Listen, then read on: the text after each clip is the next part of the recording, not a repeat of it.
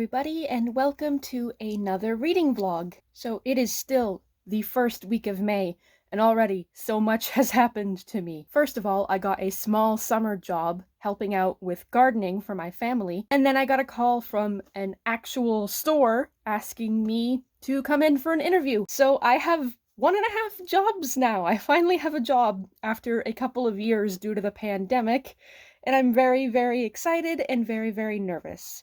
I'm not sure what that's going to do to my channel, but I'm still going to make reading vlogs, obviously. They're the easiest thing to do.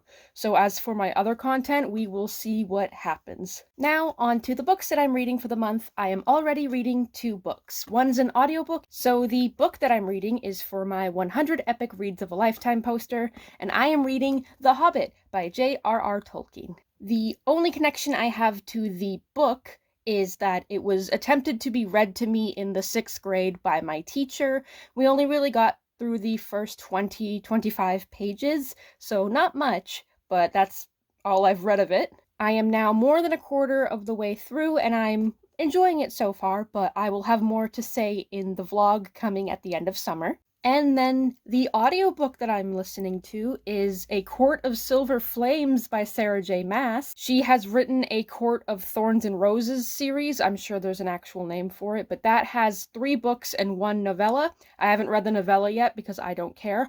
I immediately went into this book because it is a sort of spin-off of that original trilogy from the main character's sister's point of view. For those who have seen my vlogs in the past of me listening to the original series, you know that I was not a huge fan of it. It seemed to drag on and I didn't like any of the characters in it.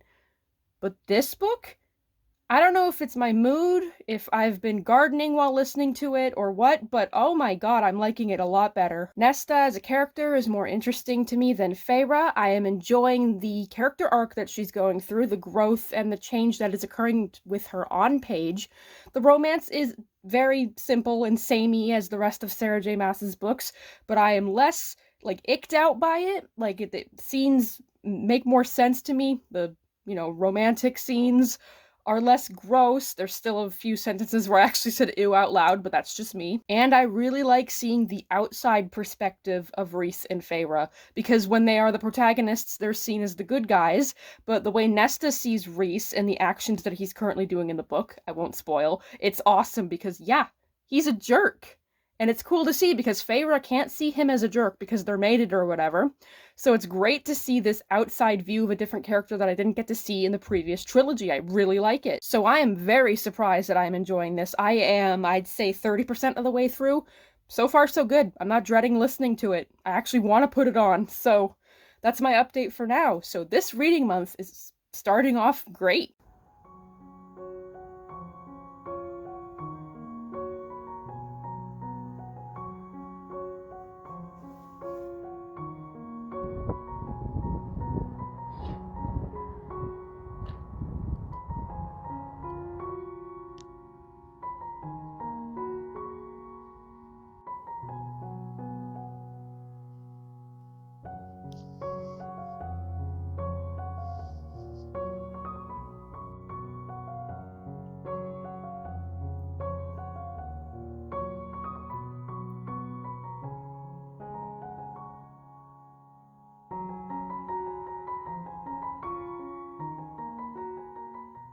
Alright, update time. I finished A Court of Silver Flames by Sarah J. Maas, and I'm giving it 3 stars. Who am I? I'm not sure if it was the perspective change, the change in story, the audiobook narrator being so good, or just my mood this month, but the story was fine. I was engaged. It was great. Nesta's arc is very compelling. I like a change in characters' flaws over the events that they do. There was a lot of Sarah J. Maas in here, don't get me wrong, a lot of mate talk, yuck, a lot of weird stuff in the love scenes, but otherwise, I wasn't as annoyed as I was with the last 2 books in the original part of the trilogy. I think it's funny that Nesta sees Rhys as this sort of bad guy up until the end. I love that shift in perspective, because from Feyre's point of view, that's her mate, she's gonna think the sun shines out of his ass. And to show that that's not the case, that he's actually done a few bad things, even if it was for Feyre. Great, I love that. And I found Nesta's relationship with Cassian. It's fine. It was cool. It was fine. So yeah, 3 stars. I'm very surprised. And I also finished The Hobbit this morning. I will talk more about that in my other vlog, but I really liked it and I'm giving it 4 stars. I thought it was very, very good. I'm not sure what I'm going to read next, so stay tuned.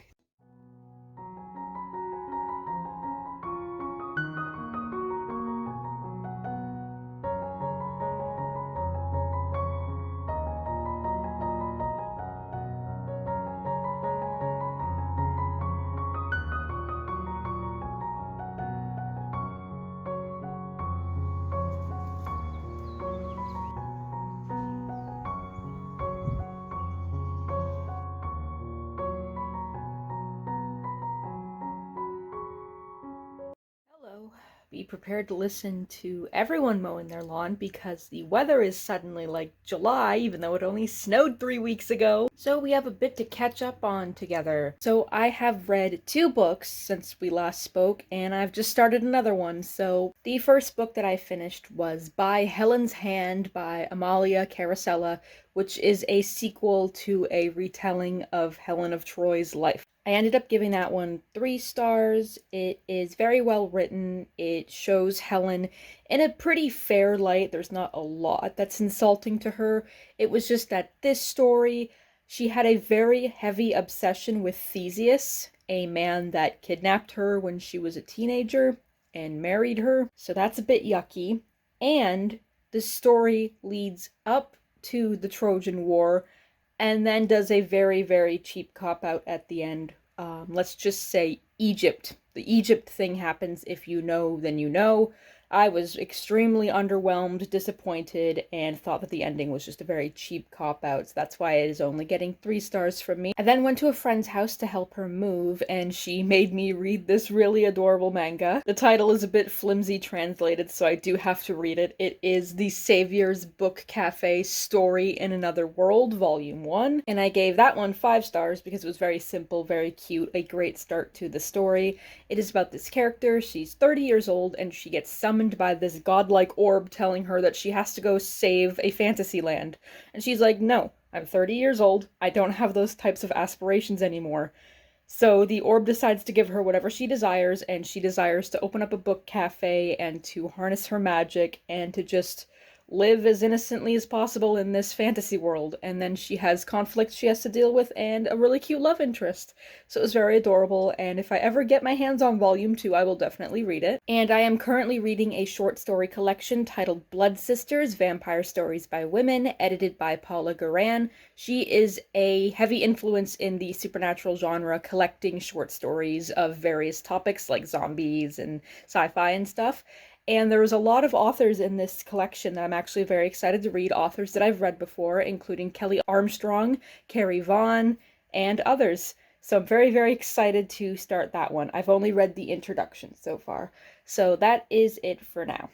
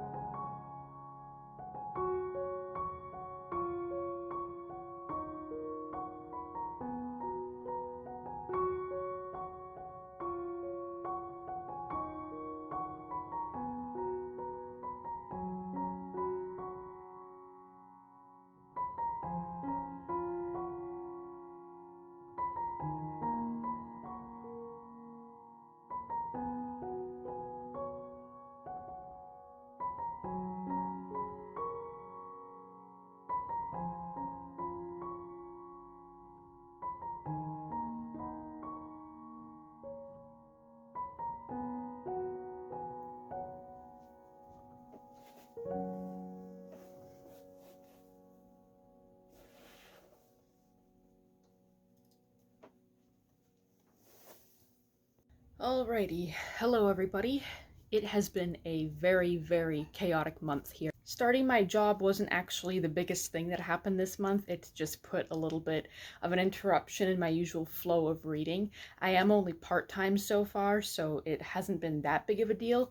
But when I'm not at work, usually my days off are spent outside the house shopping or going places. I also started a journaling hobby, and I don't know if I'll be able to do too many journaling videos on this channel because the way that I have my desk set up doesn't really allow for the camera to be placed anywhere over it.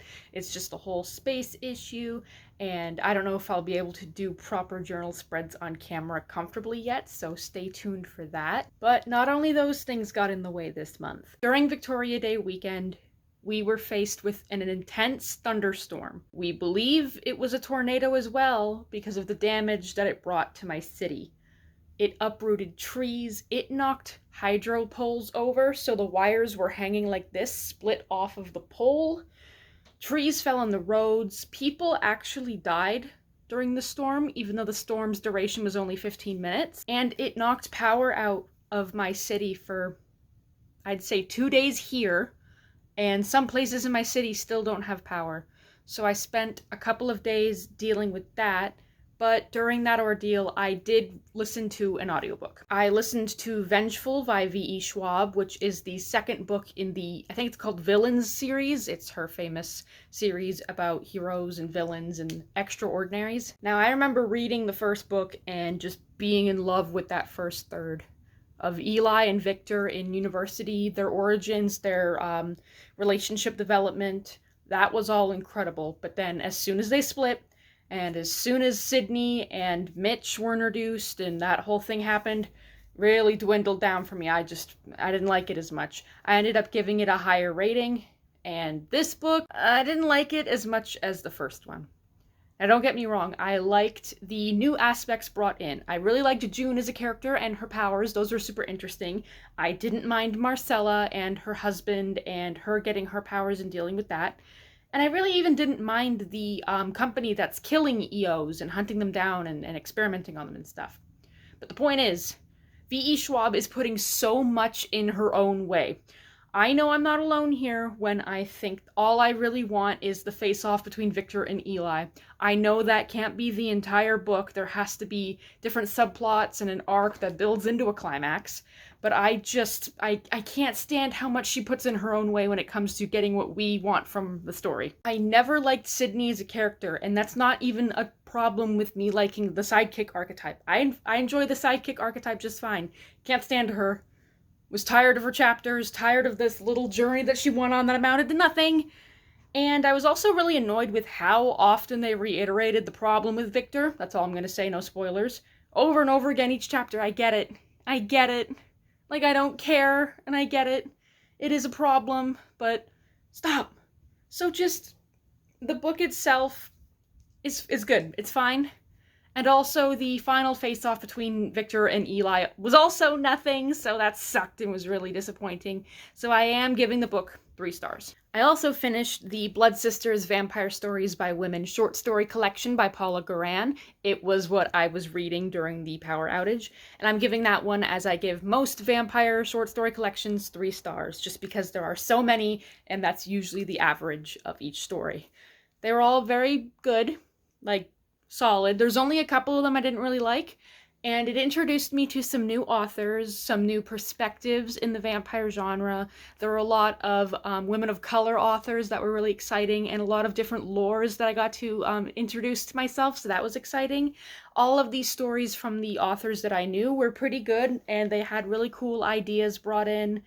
A lot of them were a bit long, a lot of them were just a bit, meh, I didn't really care. And I'm not a huge fan of the sci-fi ones, obviously, but other than that, they were pretty good. I do recommend this short story collection. It's a good way to display female authorship in the vampire genre, so I liked it a lot. So I have a busy rest of the month, so this is going to act as my wrap-up. I think I discussed enough of each of the books I read, and I do apologize for a more chaotic, low-key vlog. I will try to improve next month. There is just a lot going on this month. So don't forget to like, comment, and subscribe, and I will see you all next time. Bye-bye.